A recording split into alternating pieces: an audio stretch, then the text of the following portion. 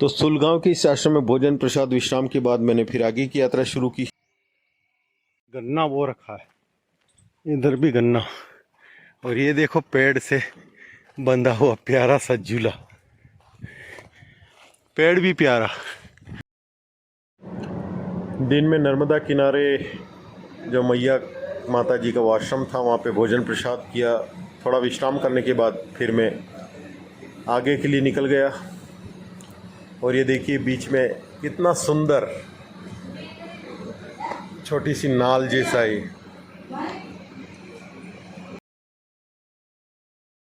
के 35 मिनट हो रहे हैं लगभग। मैं 1.5 किलोमीटर आ चुका हूँ। गर्मी के टाइम पे इस टाइम फिर लोग घरों से निकलने शुरू होते हैं, कोई खेतों पे जा रहा, कोई कुछ, ये हलचल शुरू होती है दिन भर सब लोग। और ये बकरियां भी निकली अब शाम की वॉकिंग पे। का सूख गई है।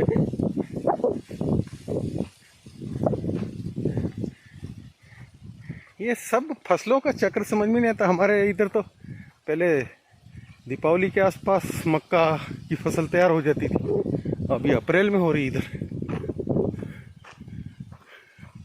अलग अलग हाइब्रिड है शायद। खैर, इट्स नॉट माय सब्जेक्ट।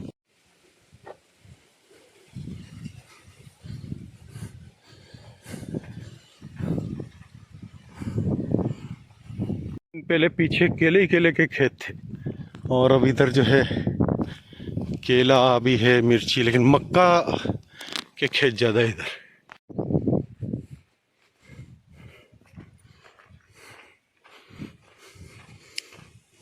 ये नर्मदा जी का जल आ रहा है शुद्ध, इसी से बोतल भर ली जाए। नर्मदा जल बहुत स्वादिष्ट और बहुत प्यारा लगता है एकदम। और दाल इतनी जल्दी पकती है इस जल में। पहले बनाते थे हम, साथ कितने इसमें छोड़ रखा है, क्योंकि सीधे सीधे हैं, पतले पतले, तो वह सब एक साथ पी जाएंगे, फिर इनको बंद करके आगे वाले में कर देंगे। ये अच्छा तरीका है। चलते चलते हम पहुंच गए गोगांव, और नर्मदा तट से लगता मैं ज़्यादा दूर नहीं हूँ। सुलगांव में जिस आश्रम से मैं चला वहाँ से 3 किलोमीटर बता रहे थे, लेकिन नहीं, ये 4 के लगभग मैं चल चुका हूँ। 3 तो गांव से पूरा निकलने के बाद था। तो मैं गोगांव पहुँच चुका हूँ, और यहाँ भी है माँ भगवती नर्मदा नक्षत्र, और आश्रम है रुकने का। देखता हूँ, नहीं तो आगे 3 किलोमीटर पथराड़ है, पथराड़ सीधा। मित्रों, सुलगांव और पथराड़ के बीच में ये गोगांवा में भी बहुत सुंदर व्यवस्था है परिक्रमावासियों के लिए, भोजन प्रसाद की, रहने की, सब कुछ। मैं गया तो 2 माताएं थी यहाँ पे, गांव के ही लोग हैं। तो उन्होंने कहा कि आप रुकिए, हम आपके लिए भोजन प्रसाद बनाते हैं। तो मुझे संकोच हुआ कि मेरे अकेले के लिए वो मेहनत करेंगे वगैरह। तो मैंने कहा कि आपको बहुत मेरा प्रणाम है नर्मदेहर, लेकिन माताजी मैं आगे चलूँगा। बहुत अच्छे लोग, प्यारे लोग। कि वो परिक्रमावासी निवास से मैं अभी 200 मीटर भी नहीं चला, और डिगार आश्रम बता रखा सीधा डायरेक्ट। लेकिन मैं पथराड़ ही रुकूंगा, 3 किलोमीटर है। परिक्रमावासी का कितना ध्यान रखते हैं लोग। देखो, 2 यहाँ रास्ते हैं तो बोर्ड लगा है नर्मदा परिक्रमा मार्ग। लगा रखा, पता नहीं, छोटे छोटे प्लास्टिक के या घर जैसे बना रखे पौधों के, ताकि लू नहीं लगे। मुझे जो समझ में आ रहा है, इसमें पपीते के पेड़ हैं, पपीते के पौधे अभी पेड़ बनेंगे बाद में। के रास्ता आया है, तो मैं जा रहा हूँ पथराड़। यहाँ से 2 किलोमीटर है लगभग, और वहाँ भी रुकने की व्यवस्था है। जितना डिस्टेंस कवर हो उतना अच्छा। बनने की वजह से पूरा परिक्रमा मार्ग डिस्टर्ब हो गया। अब ये महेश्वर डैम का थोड़ा भराव है, इसके बाद फिर आराम से काफ़ी दूर तक हम किनारे चल पाएंगे। फिर ओमकारेश्वर डैम का भराव आ जाएगा, फिर पुनासा डैम का भराव आ जाएगा, उसके बाद जबलपुर तक नो प्रॉब्लम। वही अच्छा रहता है। देखिए मूंग लगा हुआ है। मूंग समस्या, आप मूंग की दाल खाई कि नहीं खाई कभी? रोज ही खाते हैं।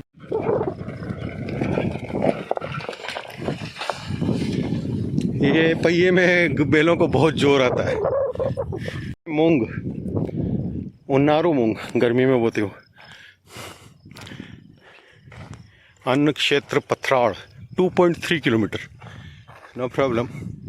नाग देवता, इमली का पेड़ कैसा बड़ा। तो यहाँ से पथराड़ लगभग 1.25 किलोमीटर है और मैं यहाँ भी थोड़ी देर बैठूँगा। यहीं बैठ जाते हैं। जय हो भिलट बाबा। पानी पीऊँगा, थोड़ी 10 मिनट बैठूँगा, फिर 1.25 किलोमीटर, कुछ वो विशेष नहीं है, आराम से जाके रात्रि विश्राम। बहुत ही प्यारा लग रहा। अभी गर्मी इतनी नहीं है, ठंडी ठंडी हवा चलने लगी है और 1.25 किलोमीटर है यहाँ से पथराड़ आश्रम। रात हो जाती तो मैं यहीं सो जाता। को शाम को 5 बजे बाद का समय बड़ा प्यारा लगता है। एकदम ठंडक तो नहीं होती, लेकिन चूंकि हम गर्मी में चल रहे हैं तो हमारे लिए तो ये बहुत ही अच्छा रहता है। हवा चलती है, धूप बिल्कुल कम हो जाती है। कितना साफ पानी, कितना साफ पानी। ये केवल चारा उड़ के है, बाकी पानी साफ ही है। तो ऐसी जगह खड़े खड़े भी आप नहा सकते हो कमंडल से।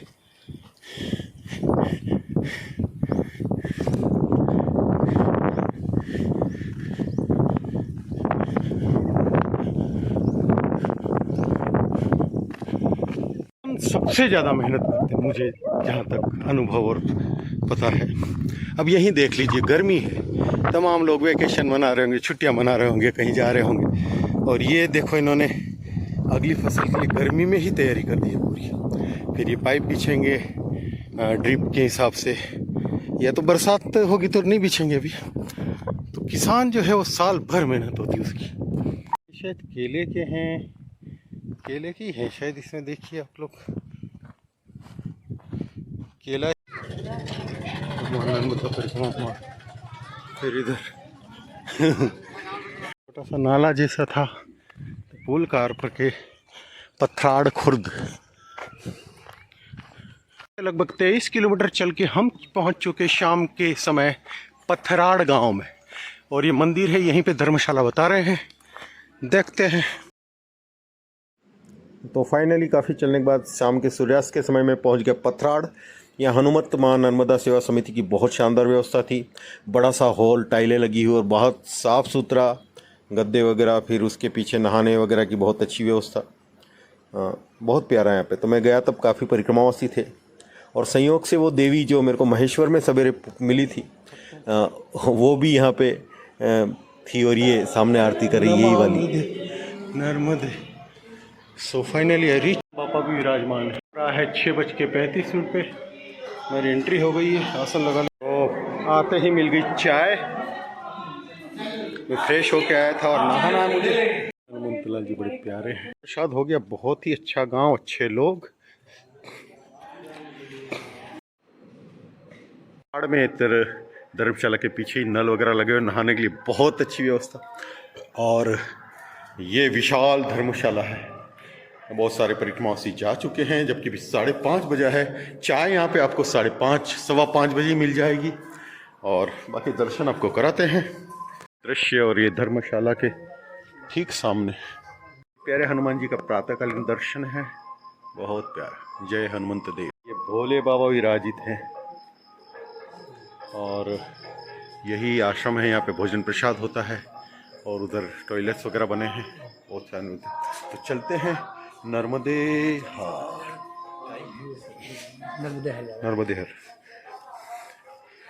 5:25 और लगेज हमारा तैयार है। जूते पहन लेते हैं, कमंडल इसी में कर दिया मैंने, पानी की बोतल रख ली। नर्मदे हर, नर्मदे हर। 5:30 होने वाले हैं, और हम निकल चुके हैं आगे के लिए पथराड़ से। नर्मदे हर।